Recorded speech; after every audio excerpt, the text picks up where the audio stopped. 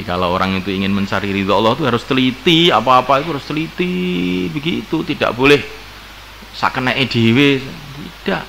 Nah kalau kita sudah punya sifat seperti itu, akhirnya kita jadi zikrullah 24 jam. Ada sampah, kita teringat sabda Nabi, barangkali ini saya bersihkan dari jalan, Allah ridho kepada saya. Ada apa yang kurang tertib, kita tertibkan, kita benahi, barangkali ini mendatangkan ridho Allah. Wa kharaja Allah bi isnadi an Aisyah radhiyallahu ta'ala anha qalat qala Rasulullah sallallahu alaihi wa ala alihi wasallam man amsaka lan min amali yadihi amsa maghfuran lahu. Man barang siapa amsa yang dia masuk waktu sore kalan dalam keadaan capek min amali yadihi dari pekerjaan tangannya, amsa maka dia sore-sore itu maghfuran diampuni lahu untuknya. Masya Allah. Tapi cari yang halal maksudnya ini. Jadi permasalahannya itu bukan sekarang, itu bukan masalah kerja, sudah kerja fadilahnya seperti kamu baca. Tapi bagaimana kerja kita ini betul-betul halal yang di situ. Kalau kerja itu sudah betul-betul halal itu kamu capek diampuni oleh Allah dosa-dosanya.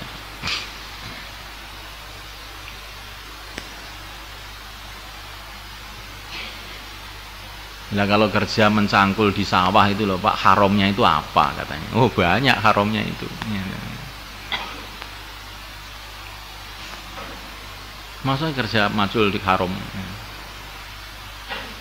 Kerja akadnya dengan pemilik sawah mau kerja sehari, tapi nyatanya tidak. Sampai di sawah mencangkul sebentar, nanti pemilik sawah itu pulang sudah berhenti ngerokok. 1 jam nanti baru kerja lagi. Ini namanya kan menipu tuh jadinya itu. Yang begini ini yang harus kita jauhi kalau kita kerja itu. Kalau kerja itu akadnya 1 jam ya 1 jam, kalau 2 jam ya 2 jam, kalau sehari ya harus sehari. Sehingga kalau tidak nanti itu jadi haram hasilnya itu jadinya. Yang tidak kerja kamu udut di sawah suruh gaji, ini yang repot.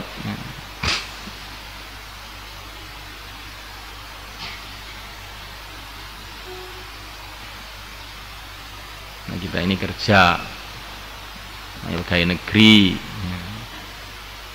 asalkan itu pekerjaannya halal ya bagus aja.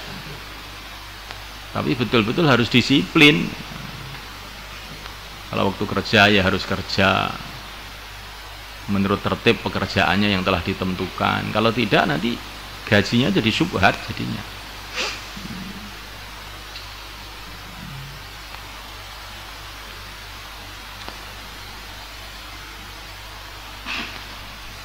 Jadi mencari ridho Allah itu bukanlah hanya di dalam ibadah-ibadah langsung, sholat, zakat, puasa, haji, dakwah, taklim, dan sebagainya. Bukan hanya dalam itu.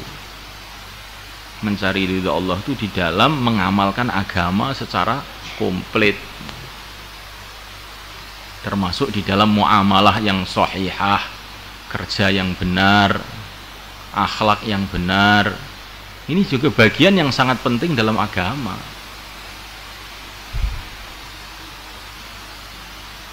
Maka tadi saya di markas tadi mudzakarah dengan anak-anak santri-santri yang khidmat itu. Itu kalau menurut pandangan saya, amalan-amalan kamu itu Masya Allah sudah sangat mujahadah lah. Mulai pagi sampai malam kamu itu dalam amalannya. Di subuh, zikir, khidmat, ngaji, Jumat dakwah lagi. Wah, terus pokoknya santri itu, khususnya santri Temboro ini, kalau melihat jadwalnya itu sudah jadwalnya wali semua lah itu. Ya, ini benar, nggak ada jadwal maksiat kan nggak ada tuh di sini. Jadwalnya itu jadwal taat semua sudah, nggak ada maksiatnya itu nggak ada. Jadwalnya loh itu. Ya, Nah, adapun mengerjakan jadwalnya itu bagaimana lah itu nggak tahu. Tapi apa ini kelemahan kita ini? Kadang-kadang di dalam kita ini mengamalkan program-program agama ini selama 24 jam ini, kita ditipu oleh setan dengan muamalah-muamalah yang tidak benar,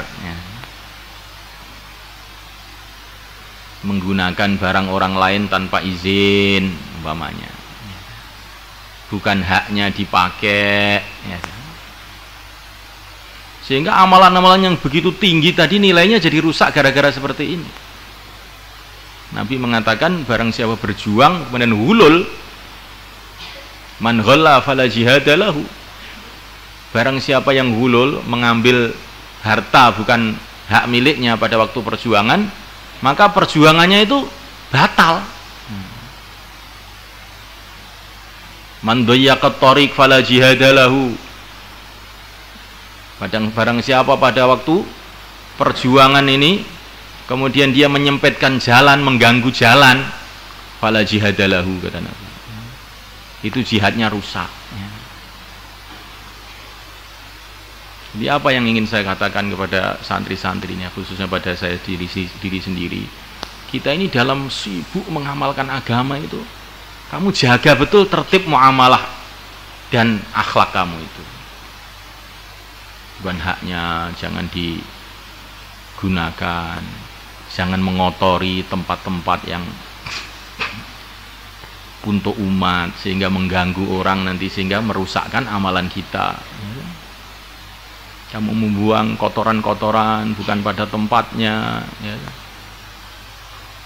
Ini saya khawatir begini ini juga nanti akan merusakkan amalan-amalan kamu.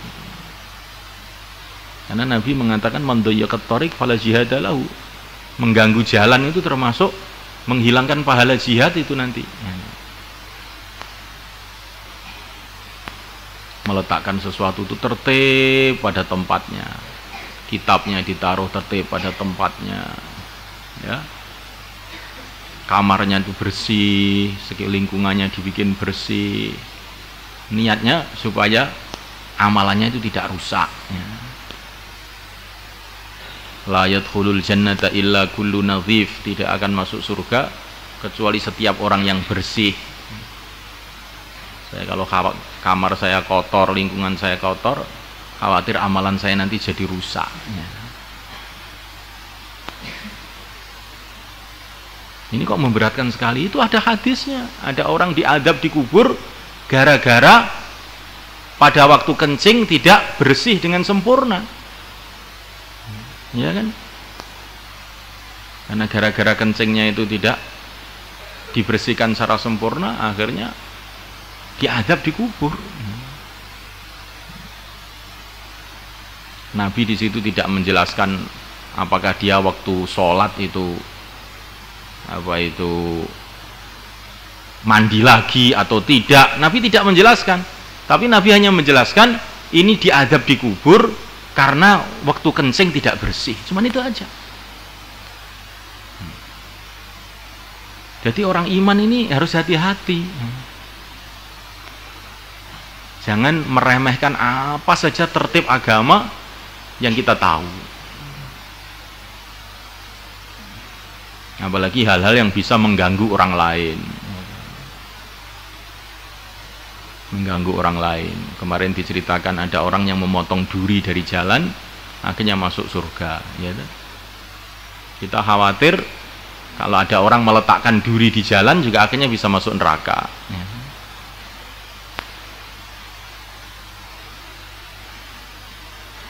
Jadi kalau orang itu ingin mencari ridho Allah itu harus teliti, apa-apa itu harus teliti begitu, tidak boleh sakene dhewe, tidak. Nah, kalau kita sudah punya sifat seperti itu, akhirnya kita jadi zikrullah 24 jam. Ada sampah, kita teringat sabda Nabi. Barangkali ini saya bersihkan dari jalan, Allah ridho dari kepada saya, ya. ada apa yang kurang tertib, kita tertibkan, kita benahi, barangkali ini mendatangkan ridha Allah.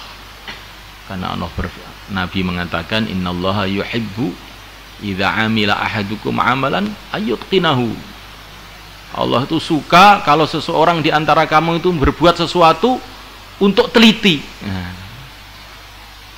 Saya khidmat bangunan, tak teliti saya. Jangan masang kayu seenaknya sendiri, akhirnya baru beberapa hari sudah pada copot. Masang besi seenaknya sendiri, sehingga baru beberapa hari sudah temboknya ambruk.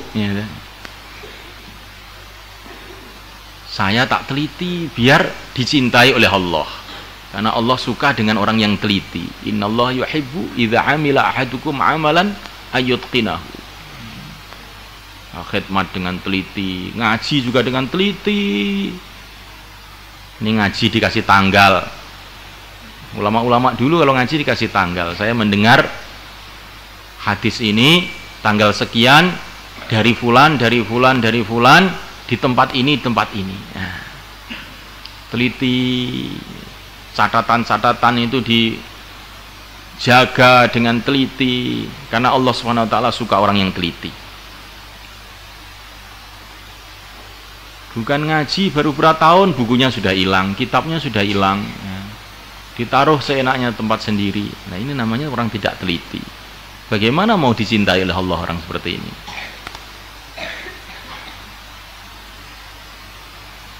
Mahfum ya kawan?